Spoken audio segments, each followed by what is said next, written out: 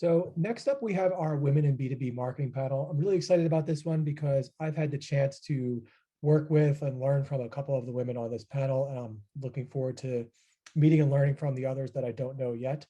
Caitlin Loyal, Scribewise's VP, will be guiding the discussion today. Hey, Caitlin. Hello.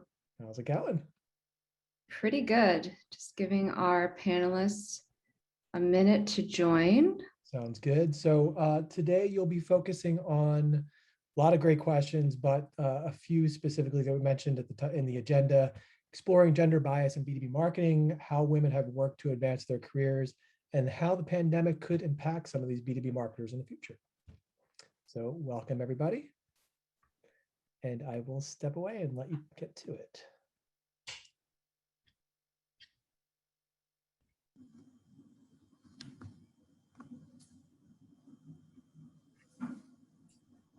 All right. Almost have everyone.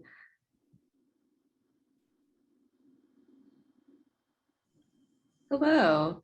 So thanks, Bill, and hello, everyone out there and all of the panelists. Welcome to the Women in B2B Marketing panel. Let me just do a quick introduction of our panelists and the charities that they're all supporting today.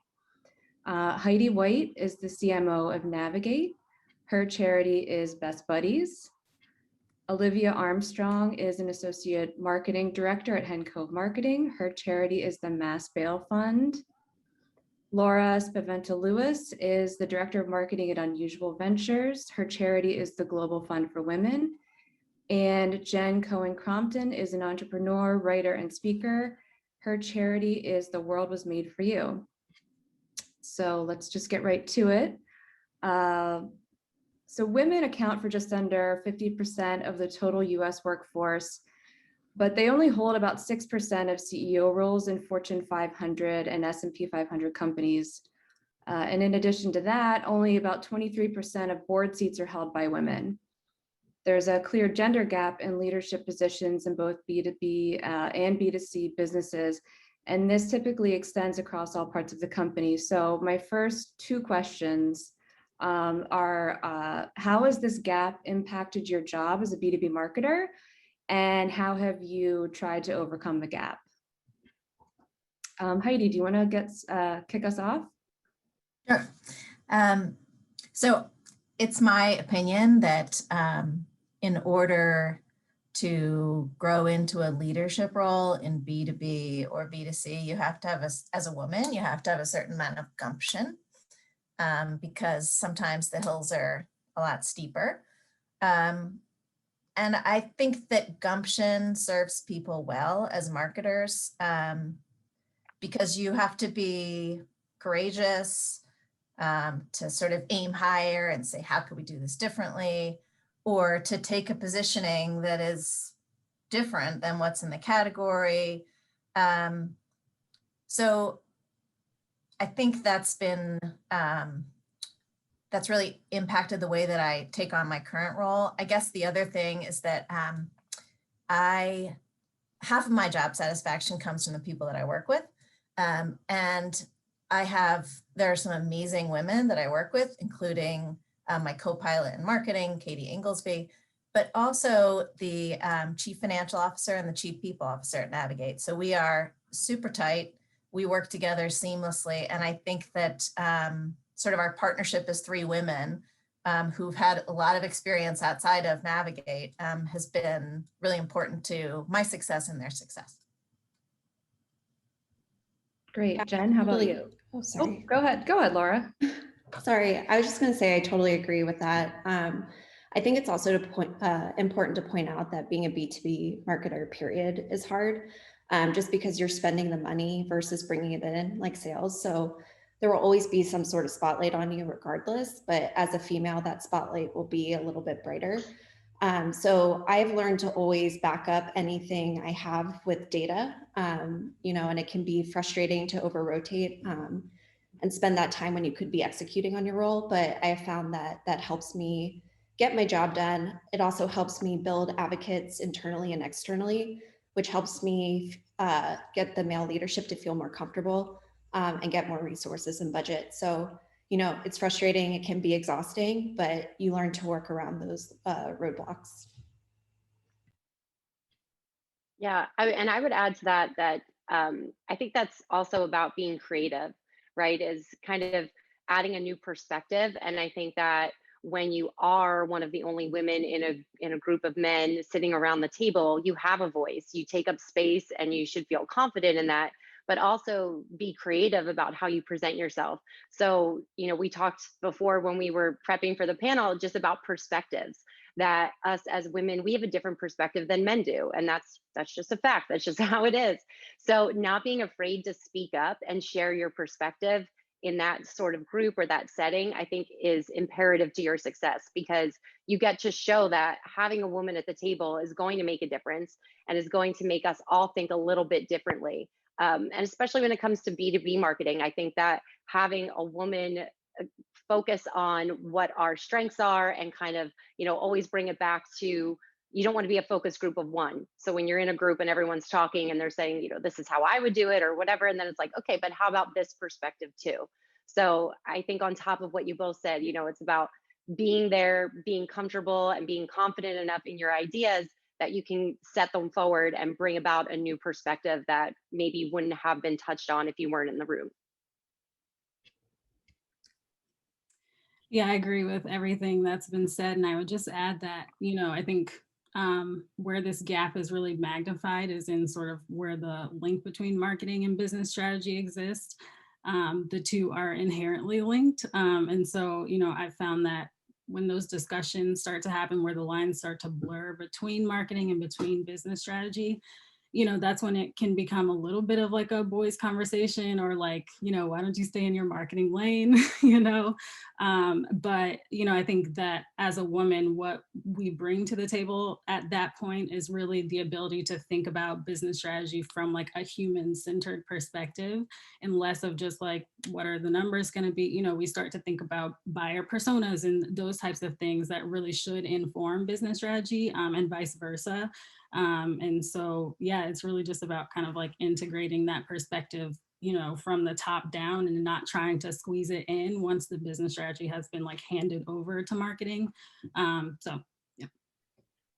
I'm just curious, kind of going off of the idea of perspective. So as women, I think that we do bring a unique perspective. I'm wondering if you have thoughts on what some of that unique perspective might be to your male colleagues, partners, or clients throughout your careers. I'll start. So I think it's different as you go through your life, right? So as you're, right now I have a family, so I have a husband, I have a son. And I think kind of bringing that perspective of, you know, you can't forget about families, you can't forget about the way women work within their family constraints. So whatever their responsibilities are for their family, I think that's important to always kind of bring to the forefront, especially, you know, I work a lot with customer personas and customer journey.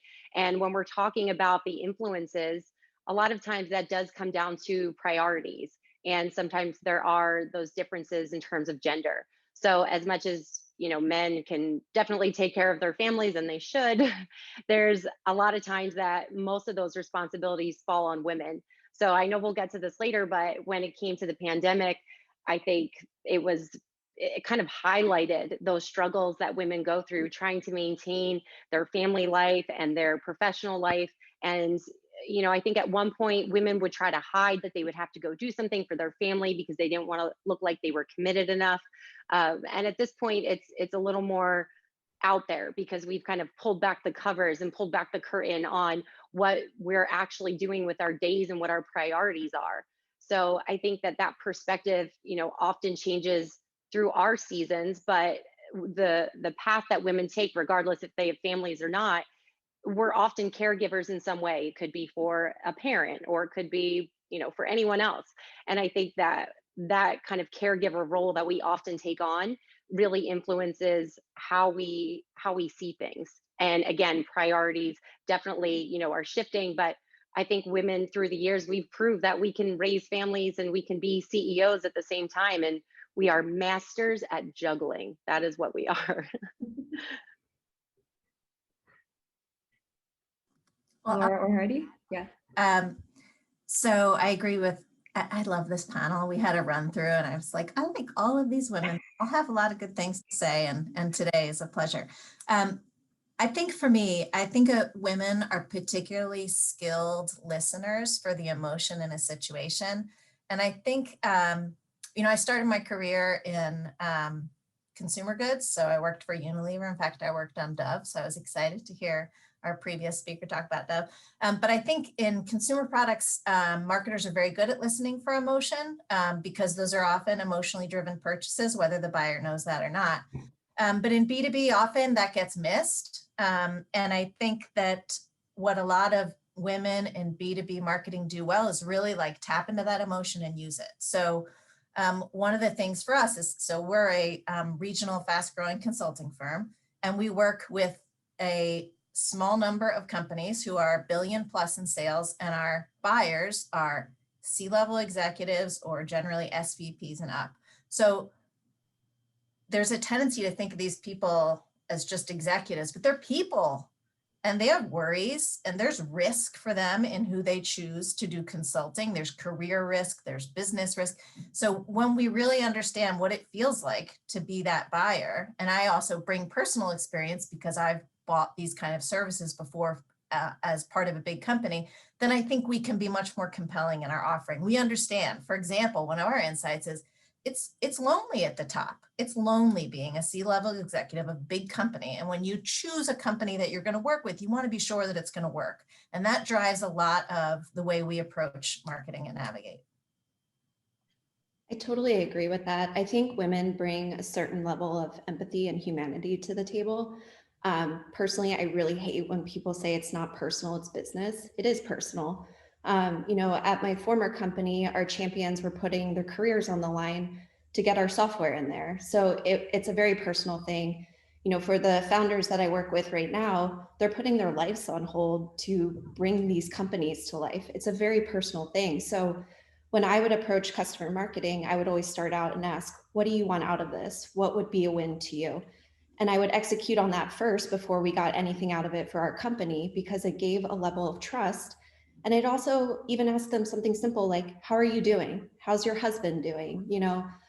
We had one customer whose son passed away, unfortunately, and we sent him flowers and just said, we're thinking of you. We wanted nothing out of it. It was just, you're a human. We saw the humans behind those logos. And in doing that, we were able to get some big logos like United Airlines and BMW to work with us, because those champions went and fought those political battles because they had this personal connection with us and really believed in not only in our software, but believed that we had their best interest at heart. So, I think that there's just a different approach that women have that really can help on the B2B side that you don't necessarily see.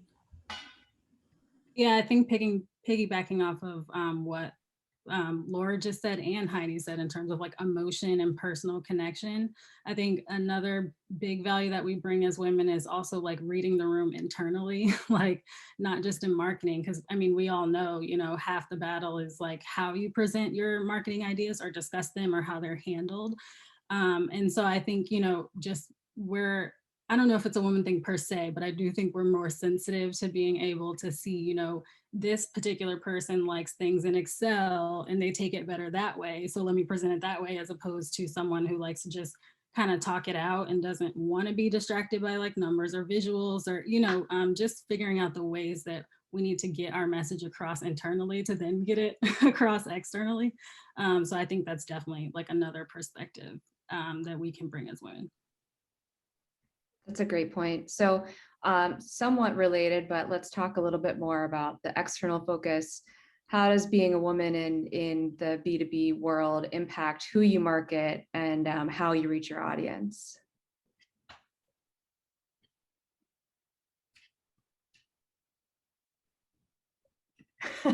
Jen? I'll go. So the question was about, sorry, because I was just looking around, was about how you market, correct? How you reach the right audience and how being a woman impacts that. Okay, yes. So I think that, again, kind of goes back to what we just said about emotion and empathy, about being able to put yourself in someone else's shoes And I think as women, we're good at that. And I also don't love when people say, take emotions out of business, because that is completely the opposite of what I would ever, advise anyone for doing. Because the reason why we're good at what we do is because we're passionate about what we do, and passion is emotion. So I think we're very great at putting ourselves in someone else's shoes to kind of see what they would want and how they'd want to be treated. So Olivia just kind of said that in terms of like presenting, data or materials to someone. If you know how they like it, that's how you're going to deliver it. So you do that internally, but also externally. So when you're presenting data or whatever information to potential customers and to your prospects, you're giving it to them in a way that it's going to speak to them and that it's going to create a situation. Um, there's, I think Michael Brenner speaking later. I don't think he spoke yet today, but I used to work with him at SAP. And one of the most amazing things I thought they did was when they were going through a rebrand, they were focused on changing the brand of SAP from being like an old man, white collar kind of like company, and no one understood what they did, to creating a dialogue around business that was different. And they were using sports as a way, because most of their customers at the time were men. So they, assumed men like sports, and they started talking about sports and how you could leverage data and use their processes and their systems. And it just opened up a whole new conversation. And what was interesting was I worked on that, and I'm a female and I enjoy sports. And so having conversations with women about data analytics and sports is a different conversation than men generally have, but it's still just as productive, and it's still just as good for the brand. So I think, again, being able to step into someone else's shoes, being able to understand what they want and how to give it to them, is kind of what our superpower is. I love that. Yeah, I think kind of, along those lines, I think we're really good at figuring out who should be included and excluded from messaging. I feel like, particularly in B2B, everybody wants to talk to C-suite, right? Like everyone just wants to go straight after the executives. But I think, something that we're able to be conscious of is like who, all the way down the ladder is important here, whether it's like the end user of something, or like, particularly with software. It could be the end user, the person who's going to be using this thing day to day. They need to be talked to in our messaging. And then even maybe like a middle level manager that you're replacing with your software. Like, how do you, message to them and make sure that they're going to be somewhat of a champion for your software, whatever it is, as opposed to, just hating you because you've completely left them out. So, I think, including those other people is something that we can bring. I think, Caitlin, part of your question was not just like, who do you market to, but how do you do your job? And so I don't think this is really gender, but how I do my job has to do with gender, and it also has to do with age. So I know I look like I'm 19, but I'm not 19. But I think that I've been doing this for 20 plus years, and I do think that there is a lot of wisdom that comes with experience. And like, you learn to get over yourself in all these situations. You learn to like accept that you don't know the answer, but you're probably going to figure it out.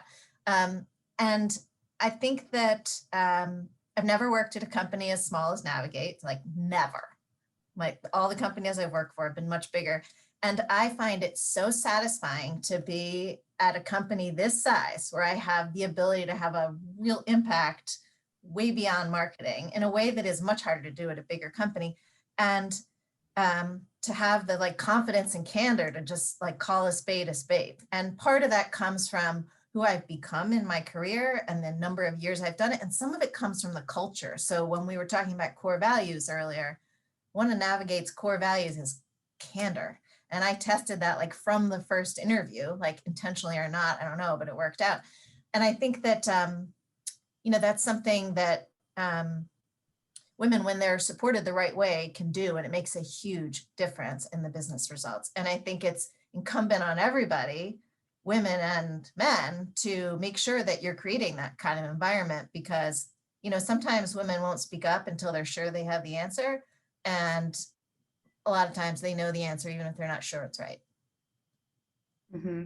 I think that's a great point. And I think, yeah, it's really, it makes all the difference in the world to have someone who's going to back you in your decision and trying to overcome maybe some of the obstacles you face, whether they're real or not. Someone who's going to back you, whether you say the right thing or not. Because, you know, obviously we're all human, we all make mistakes. It's great just to have someone say like, that was awesome. So glad you spoke up. Next time, try this instead. To follow up on that too, I think, you know, we've touched on the fact that women are good listeners. And for me, I kind of fell into B2B. So I wasn't an expert at the beginning. Still don't really consider myself an expert, but you know, I was fortunate where I got to completely relaunch a customer marketing program. And then I also got to relaunch a website design. And as part of those processes, I went directly to the source. I went to our customers, I went to our founders to really understand, you know, what they wanted out of these programs or these assets, and what would be valuable to them. And, you know, we had hypotheses and we were completely off the mark with some of them. You know, we had a sports analogy for something at first, and the founders were like, that doesn't speak to me. I'm a nerd. I don't want to play. I don't relate to sports. And so we completely, you know, rethought our approach on the website redesign. So I think the fact that, you know, we are good listeners, and a lot of times we're willing to put our egos aside and really seek out, you know, what others really want, what our customers really want, really works to our advantage. That's a great point. So just to switch gears a little bit, obviously the theme of today's conference is centered on humanizing marketing efforts. So how have you tried to make marketing more human for your clients or partners throughout your career? And I think more specifically, obviously, we're, you know, in year 2 of a pandemic. So how have you tried to make marketing more human throughout the course of the pandemic, the past year or so? When everything kind of first happened, you know, a year ago, year and a little bit ago, the clients that I was working with at the time, we talked about their messaging and their positioning, and it was not about saving their businesses per se, or at least that's what I tried to tell them is, you know, this is a human time where we are all in the same boat, all experiencing something, but on all different levels. So the impact that it is happening to certain people is different for others. And that's what I really tried to make them aware of, is that the customer journey, you know, the personas that we've created, all of those things are different, and they're going to be different as we go forward, because motivations are going to change, the challenges are going to change. You know, everyone is experiencing something that is throwing them for a loop, and we can't necessarily understand it. So what we have to do is we have to go along on this journey with them, and we have to be here for them. And that was the most important thing, was just showing that you care as an organization, that, you know, your product or service, whatever, it may help in this situation. So if it does, then tell them how it's going to help them and how it's going to help their business and make life easier. But if it's not something that's going to contribute to them right now, then figure out a way to be relevant and a way to help. And that's what it came down to, is what can you do in this situation? How can you turn into being a helper, as opposed to just, you know, selling your products or services? And a few businesses I worked with, one of them was another marketing agency, and they kind of turned to this whole like database of offering work from home resources. So they pulled together, you know, the best products and the best things that you could use when you're working from home, that's going to make you more productive and more comfortable. And it had nothing to do with marketing, but, you know, they sell marketing services, but they were like, you know what, we get this because our workforce has already been working remotely. So let's share our knowledge with people, and that may help them in this situation. So that was kind of my biggest thing, was, you know, lead with love and caring and compassion, and have some grace for everyone, and everything else will come. If that is in your mission, and the core values of your business is to care about people and to be human and to show compassion, then it will come back around to you in the end.